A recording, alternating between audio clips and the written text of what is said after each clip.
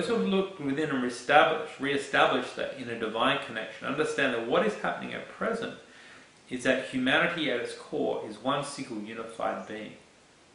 And that unified being is today slowly, you could say, rippling out and awakening us all from within, for those who are able to receive its energies and through our divine spark, so to speak. And what we are finding is that we are waking up in its reality. It's different. I was speaking to a friend recently. He says that they are no longer externally looking outside in, so to speak, but have realized that they are actually inside the process now. And what being inside the process means is that they are no longer coming from a personality identification. They're starting to understand who and what they really are. And it's not on these planes of existence. You could say they are falling upwards.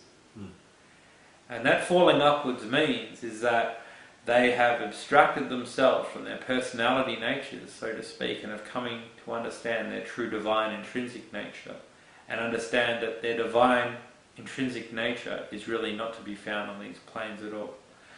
And what is happening is that unified being, call it Christos, call it whatever you with, is now through this great momentum change which is happening, is waking up and, you could say, birthing itself into many at this time upon the planet.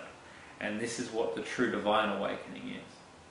And those who are receptive to these energies, and who trust their intrinsic knowing enough to go the path, the way, so to speak, are finding out from their different levels or different perspectives of the one reality, so to speak, is that they are part of something so much more.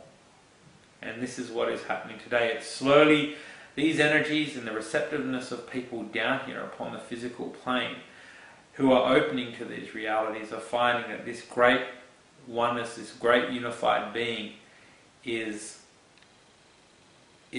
sort of washing away the stain of the personality. They are coming to many deaths of self, so to speak, to allow this reality, which is their true divine self, to shine through them into this world. And what we're seeing in terms externally of the New World Order and, is this collective resistance to that energy, to that happening taking place. Because a lot of people, not all of them have been ready, not all of them want to. Some are in direct opposition to what is happening, are actually embodying that change. So this resistance which we're seeing on the earth, mostly subconscious, is a rejection of the new energies and the new consciousness which is waking in. But for those who are lucky enough, well, not so much even lucky, who are really willing to release to what is happening at present, are going to find themselves identifying with something much more beautiful. And in fact, they themselves are going to completely dissolve in this process.